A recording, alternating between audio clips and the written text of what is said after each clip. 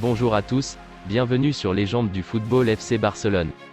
En effet, le média local Sport révèle un intérêt pour Vanderson, 21 ans.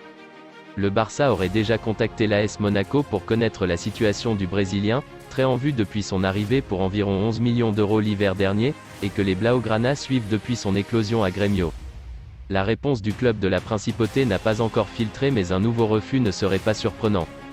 Et pour cause, Vanderson a signé ce mercredi une prolongation jusqu'en 2027.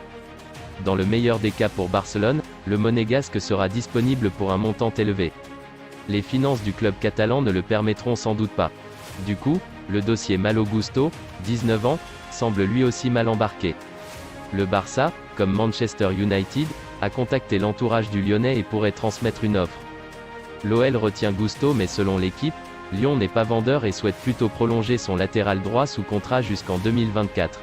Seule une offre, qui ne se refuse pas, pourrait inciter le club rhodanien à envisager son transfert cet été. A priori, si une folle proposition était formulée pour Gusto, elle viendrait plutôt des bureaux mancuniens. Que pensez-vous des pistes Vanderson et Malo Gusto pour le Barça? Pour préparer l'avenir, le PSG et le Barça ciblent tous les deux la pépite Andrés Santos.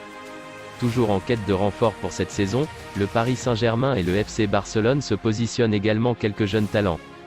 D'après les informations du média catalan Sport, les deux cadors européens pourraient notamment se faire la guerre pour Andrés Santos.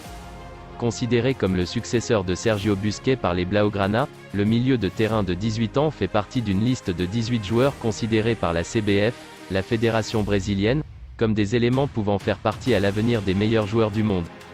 Sous contrat avec le club de Vasco de Gama jusqu'en 2023, le petit phénomène brésilien devrait rapidement attirer l'attention d'autres grandes écuries européennes.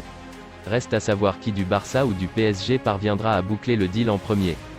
Pour faire des économies, l'Atlético pourrait laisser Griezmann sur le banc une bonne partie de la saison. D'après les informations du Mundo Deportivo, l'Atlético Madrid fait tout pour éviter de payer l'obligation d'achat conditionnel liée au prêt de 2 ans d'Antoine Griezmann.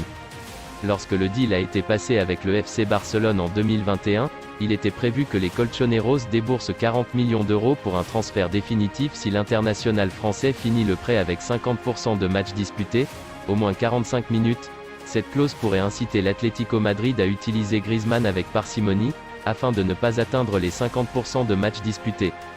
C'est tout pour aujourd'hui, n'hésitez pas à ajouter des commentaires, abonnez-vous, ça coûte rien du tout, je compte sur vous, un grand merci pour le soutien, à la prochaine vidéo pour la suite de l'actualité.